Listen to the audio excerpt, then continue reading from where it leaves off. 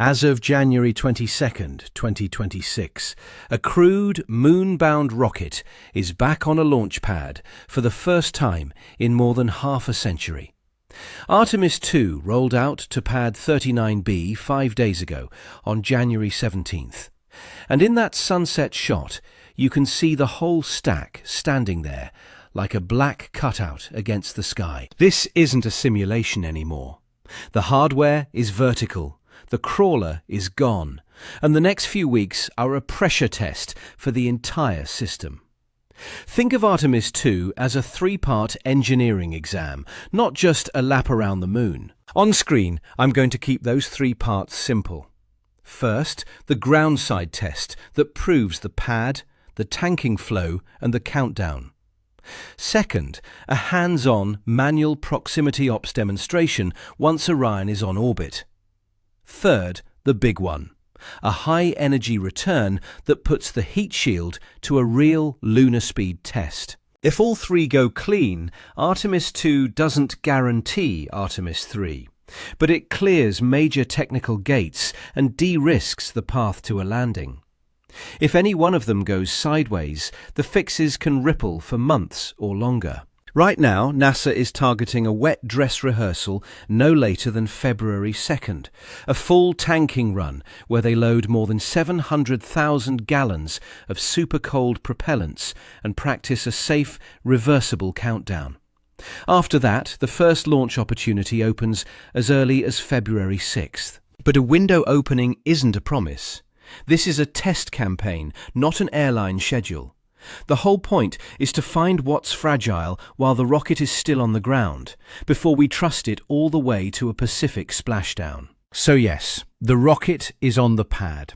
Now let's break down what actually happens, step by step, once those engines light. Most people assume that once the rocket clears the tower, the crew is immediately on the way to the moon. But Artemis II treats the first part of the mission like an exam, while they're still in Earth orbit. So they don't leave for the moon immediately. Walk us through the flight plan for those first hours. Exactly. They stay close to home first. Right after launch, Orion and the upper stage settle into an initial elliptical Earth orbit, roughly 115 miles at the low point and up to around 1,800 miles at the high point. That first loop takes a little over 90 minutes, and it's basically power up, deploy the solar arrays, and confirm the stack flies the way the team expects. That sounds like a standard shakedown.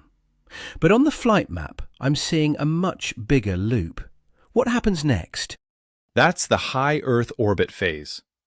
The upper stage fires again and stretches Orion's path into a much larger ellipse, hundreds of miles at the low point and tens of thousands of miles out at the high point. At its farthest, Orion gets out to roughly 68,000 miles above Earth, and that big loop would take on the order of 42 hours to complete. Why spend more than a day circling Earth? Why not just go for the translunar injection burn? It's risk management. You want a long, near-home window where the crew and the systems can prove they're ready. Power, thermal control, life support, comm, navigation, the whole rhythm of a real mission before you commit to the moon. And practically, that big orbit is also part of the energy-building step that sets up the push outward. So it's a pass-fail gate before they commit to deep space. But there's also a piloting test on the schedule, right? The Prox ops demonstration. This is the most fun part of early flight. A few hours in, after the upper stage has fired to set up that high Earth orbit, Orion separates, and instead of just drifting away, the spacecraft turns back around to face the spent stage. They use the stage as a giant target for a hands-on flying test. Are they actually docking with the stage? No docking, no contact. Think of it as rehearsal. Orion stops its motion relative to the stage at about 300 feet. Then the crew takes manual control with the hand controllers and nudges the spacecraft in. They'll creep in to roughly 30 feet for fine handling checks, close enough to be real without touching. 30 feet is incredibly close for 2 objects moving fast around Earth. What's the point of getting that close if they aren't docking? It's about building skill and confidence for future rendezvous. On later missions, Orion has to meet up with other spacecraft in lunar orbit, where there's no GPS system to lean on, and the crew needs to know exactly how Orion feels when you fly it by hand. This test turns a paper capability into real flight data. So it's a dress rehearsal for the landing era missions. Does the crew have any special tools for this? Yes, this is very camera and target driven. Orion uses a docking camera to look at targets mounted on the upper stage so the crew can judge alignment and closure. And here's the twist. Because they're not docking with another vehicle, Orion isn't carrying a docking light module for the demo, so the targets have to be lit by the sun. Once they've captured the handling and camera data, Orion backs away with an automated departure burn, and the stage is sent to re-enter over a remote stretch of the Pacific. Only after that do they move on toward the moon. So we've checked out Orion close to home. Now comes the big leap. And on the mission map on your screen, you can see why NASA calls this a figure 8. Exactly. That looping path from Earth, around the moon, and back isn't just a pretty drawing. It's a hybrid free return profile, built around the idea of a free return trajectory. Free return. That sounds like a refund policy. In spaceflight, it's more like insurance. Get Orion onto the right corridor, and the Earth-Moon gravity system does the heavy lifting to bring you back. So if you lost the big engine after translunar injection, you're not suddenly stranded. You may still do small correction burns to fine-tune the aim point, but you don't need a huge turn around and go home burn. And this loop is long, more than 230,000 miles out from Earth before it bends back. At the far end, the crew is expected to travel about 4,600 miles beyond the moon's far side. And around that same stretch, they're expected to break Apollo 13's record for farthest distance humans have ever been from Earth. NASA says from out there, the moon looks about like a basketball held at arm's length. But there's a spooky part of this, the communications blackout. Right.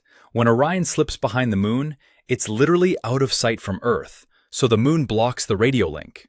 Mission Control loses contact for roughly 30 to 50 minutes, depending on the launch timing. That silence has to feel heavy. 4 people, farther away than anyone's been in more than 50 years. It does echo Apollo 13. After the explosion, they relied on a free return style path and burns to shape it into a safe ride home. Artemis II is designing that physics return ticket into the plan from the start. So we've got a gravity-powered return ticket in our back pocket. I like that. But getting home is only half the battle. They still have to survive the atmosphere. If the heat shield gets one thing wrong, nothing else on the ship matters. Coming back from the moon, Orion hits the top of the atmosphere at about 25,000 miles per hour. And in that re-entry visual, that bright glow is the air turning into plasma. That shield has to survive outside temperatures near 5,000 degrees Fahrenheit.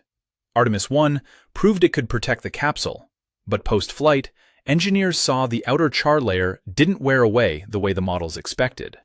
Right, the char loss issue.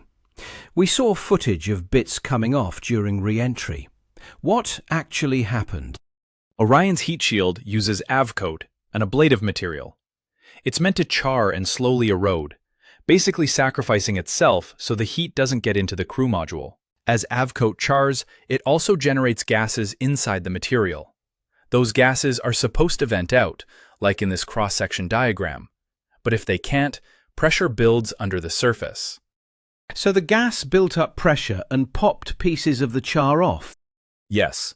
NASA's investigation traced it to the Artemis I skip entry profile.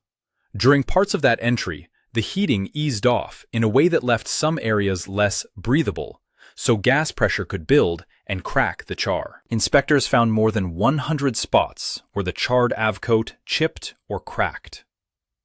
The capsule stayed safe, but it was a clear mismatch between prediction and reality. That sounds serious. Did they replace the heat shield for Artemis II?